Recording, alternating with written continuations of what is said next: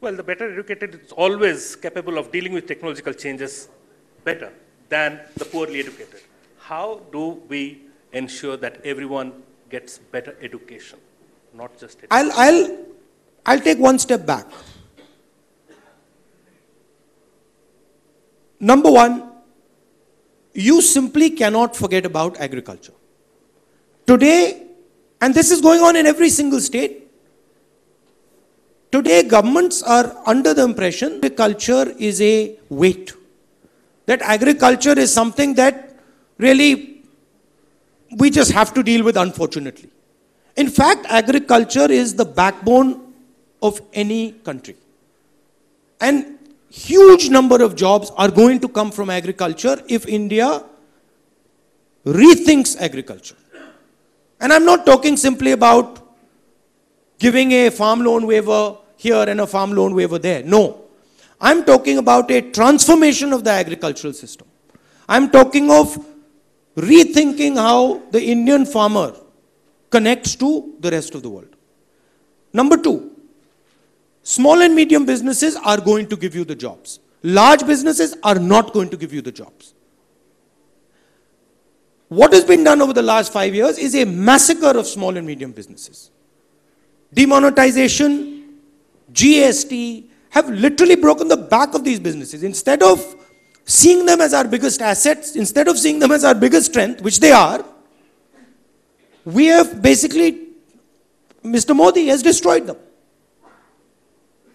So the central question in front of our country is, how do you produce jobs? And India has a job crisis. There's no question about that.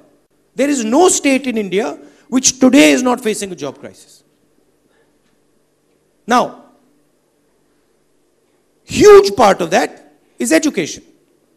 You want an education in India, you have a system where it is mostly privatized.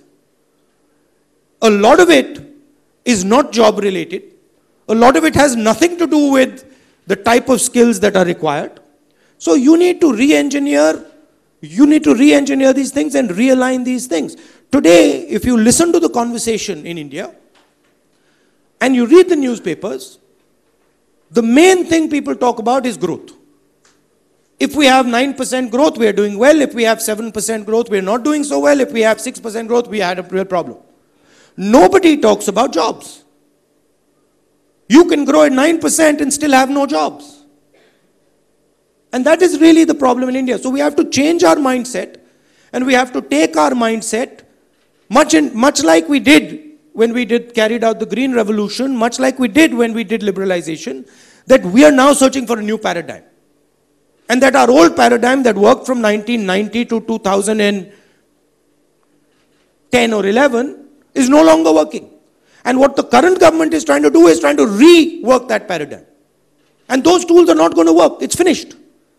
So we have to re-engineer and rethink what are the tools going to be. We are at a, if you want to call it, we are at a liberalization, pre-liberalization, pre-green revolution moment, where India can no longer tinker around. India now has to make 1 or 2 or 3 key strategic decisions and push them hard. And the central problem is, how do we deal with agriculture? How do we deal with the job crisis? And how do we align our healthcare and education system to provide the protection and the support that is required to fight this battle? We are entering a completely new world. Internationally, we are moving from a one power dominated world to a growing China. And frankly, we have to compete with China. And we have to accept that the single biggest challenge is China's ability to produce job after job after job. I mean, if you look behind this mic, it's probably got made in China written on it. If you look behind your phones, it's got made in China written on it.